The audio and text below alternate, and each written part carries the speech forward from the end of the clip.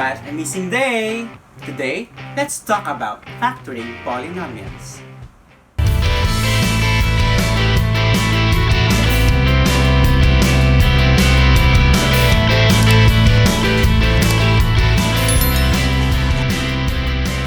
Kamusta mga kamat? Tuto, halina't mat kinig, mat nood, at mat aral. Kasama iyong mat guru!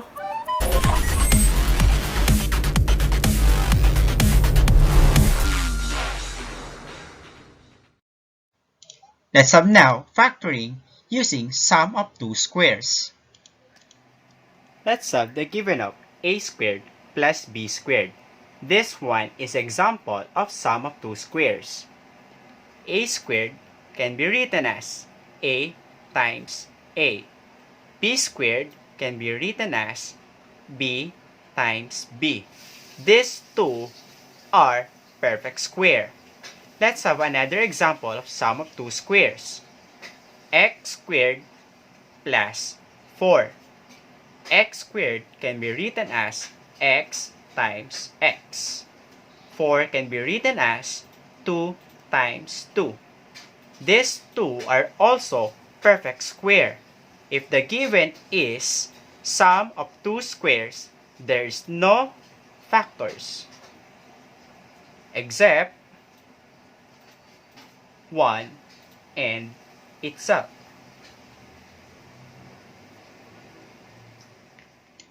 Let us use factoring using sum of two cubes. This is the formula for sum of two cubes. A cubed plus b cubed is equal to a plus b times the quantity of a squared minus ab plus b squared. Now let's have our given. X cubed plus 8. Let us check if this given are perfect cube. So x cubed can be written as x times x times x. 8 can be written as 2 times 2 times 2. These two are perfect cube. We can say that we can use this formula. The value of A is x. The value of B is 2. So we have to substitute this value of A and B into this formula. Copy equal sign, copy open parenthesis, then A. The value of A is x. So copy x. Copy the sign, then B. The value of B is 2. So you have to write here 2. Then close parenthesis. Another open parenthesis. A squared. The value of A is x. So you have to square x. So x times x is x squared. Copy the negative sign. So A times B. So you have to multiply the value of A and B. So you have x and 2. X times 2 is equal to 2x. Then copy the positive sign. Next is b squared. So the value of b is 2. This 2 will be put into square. So 2 raised to the power of 2 is equal to 4. So you have to write here 4. Then close parenthesis. These are the factors of x cubed plus 8. Let's do the factoring using the difference of two cubes. This one is the formula for the difference of two cubes. A cubed minus b cubed is equal to a minus b times the quantity of a squared plus ab plus b squared. Now let's have our example. 8x cubed minus 27. Before we use this formula into this given, we have to check first if these two are perfect cube. 8x cubed can be written as 2x times 2x times 2x. 2 times 2 times 2 is equal to 8. X times x times x is equal to x cubed. We also have 27. 27 can be written as 3 times 3 times 3. 8x cubed and 27 are perfect cube. So we can now use this formula. The value of A is equal to 2x. The value of B is equal to 3. The value of A and B will be substituted to this formula. Copy equal sign, open parenthesis. A, the value of A is equal to 2x. So write 2x. Copy the negative sign. B, the value of B is equal to 3. Write 3. Then close parenthesis. Open parenthesis. Then A squared. The value of A is equal to 2x. 2x will be raised to the power of 2. 2x times 2x is equal to 4x squared. Copy positive sign. Next, A, B. A is being multiplied to B. So we have to multiply 2x times 3. 2x times 3 is equal to 6x. Copy positive sign. B squared. The value of B is equal to 3. So we have to raise 3 to the power of 2. 3 times 3 is equal to 9. These are the factors of 8x cubed minus 27.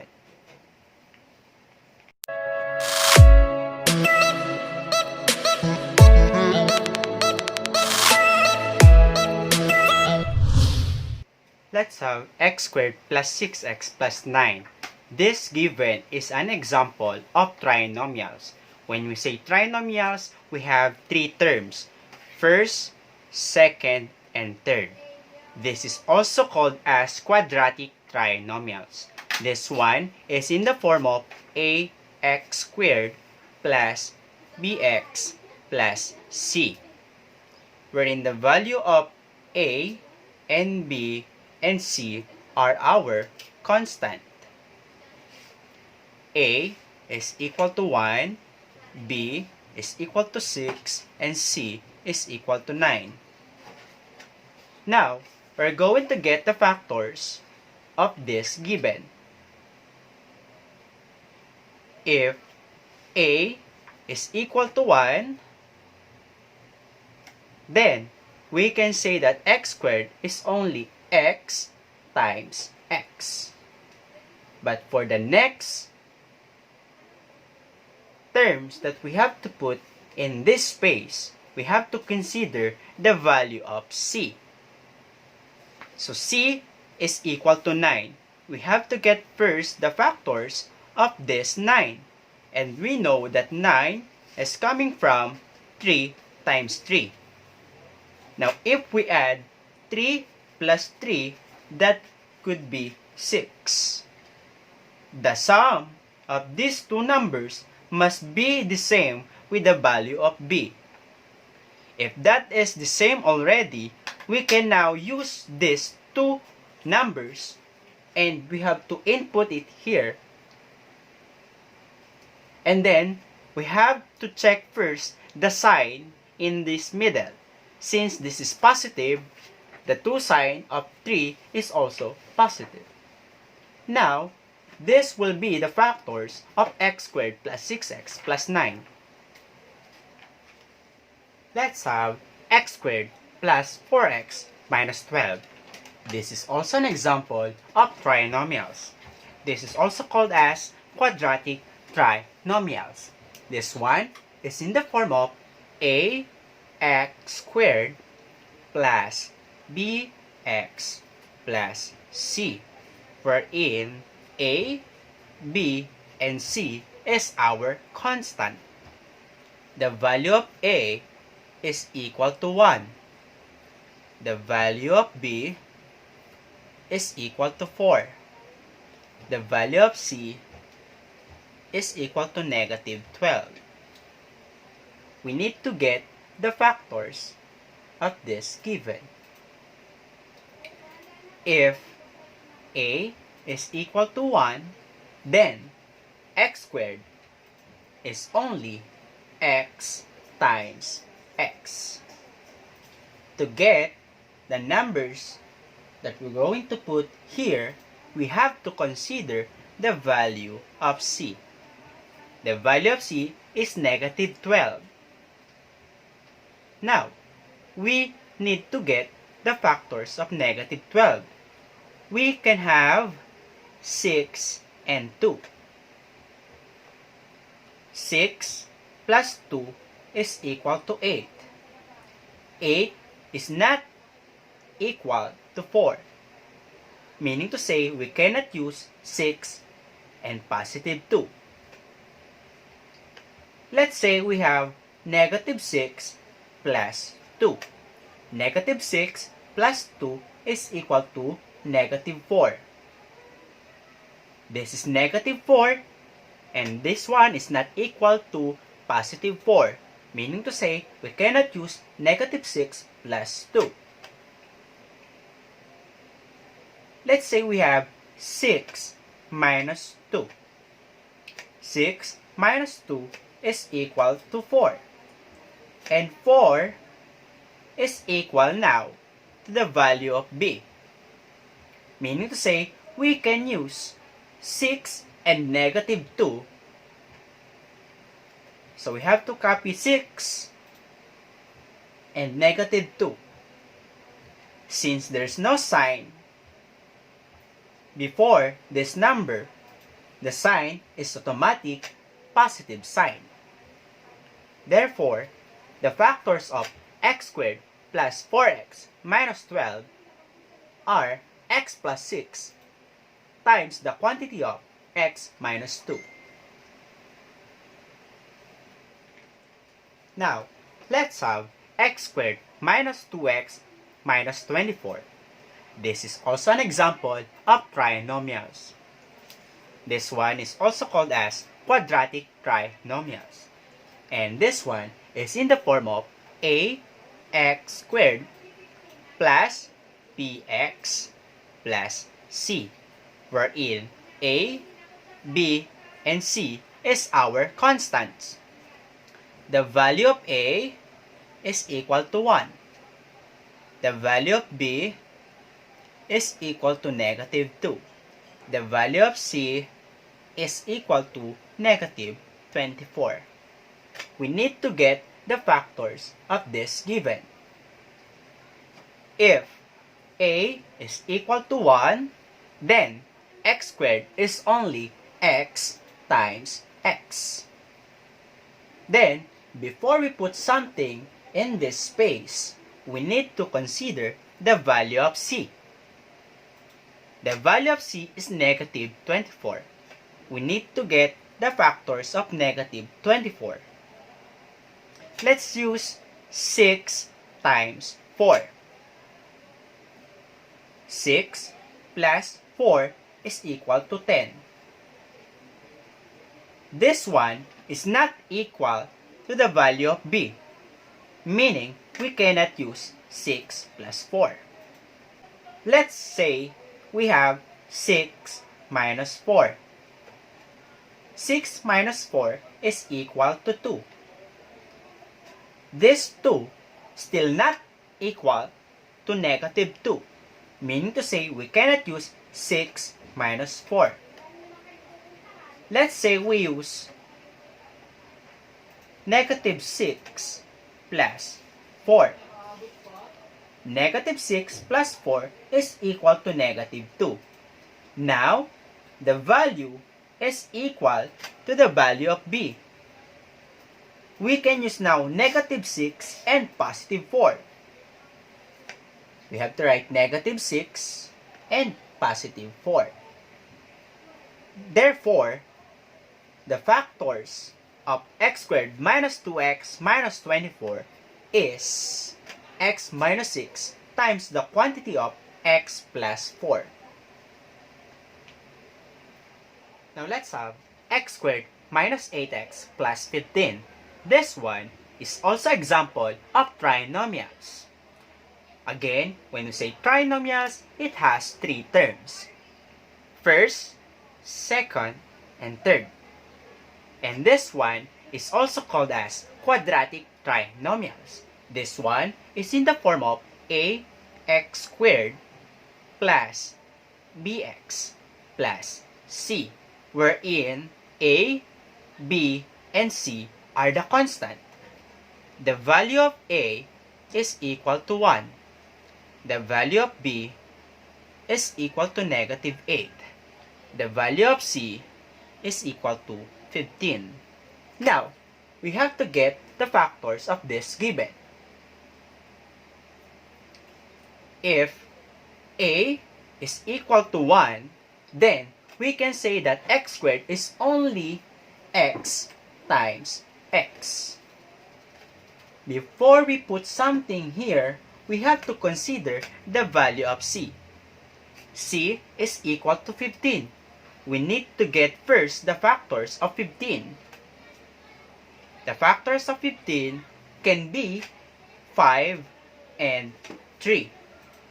Now, since we have already 5 and 3, we need to try to get a sum of negative 8.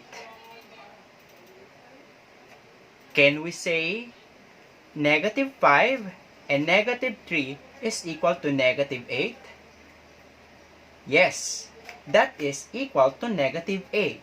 Meaning to say, we're going to use negative 5 and negative 3. We're going to put these two numbers in this parenthesis. Now, x minus 5 times the quantity of x minus 3 will be the factors of this given. Let's have 12x squared plus 20x plus 3. This is also a trinomial or quadratic trinomial. This one is in the form of ax squared plus bx plus c, wherein a, b, and c are our constant. The value of a is 12. The value of b is 20. The value of c is 3. If a is not equal to 1, we need to consider the value of a, which is 12, and the value of c to get the factors of this given. The factors of 12 can be 3 times 4 or 6 times 2.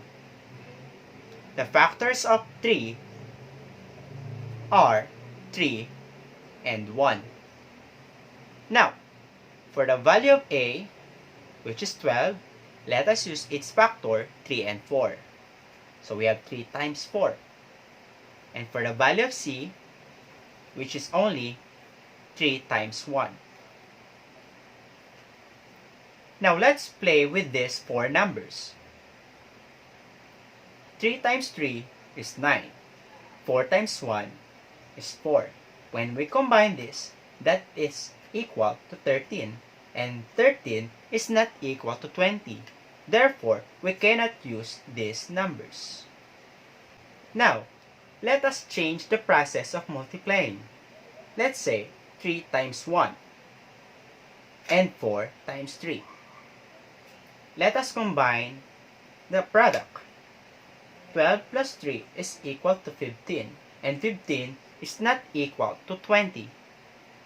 Meaning to say, we cannot use this given, or else we have to change some factors of a or maybe c. Now, let us use 6 times 2 for the value of a. 6 times 3 is 18. 2 times 1 is 2. If we combine this, that is now equal to 20. And this 20 is equal now to the value of b. Therefore, we can use these numbers as a factors of our given.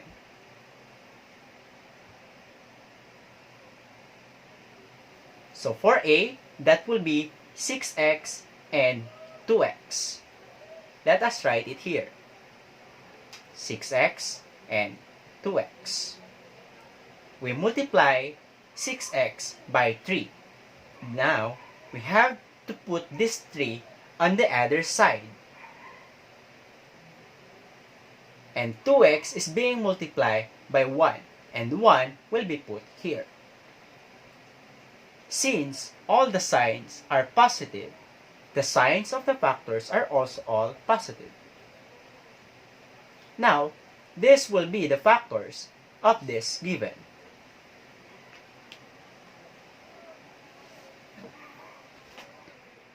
Natuto ba kayo mga kamat tuto? Kung oo, i-like lang ang video na ito, mag-subscribe sa aking channel at huwag kalilimutang i-hit ang notification bell para sa mga susunod pa video. Muli, ito ang iyong Math Guru!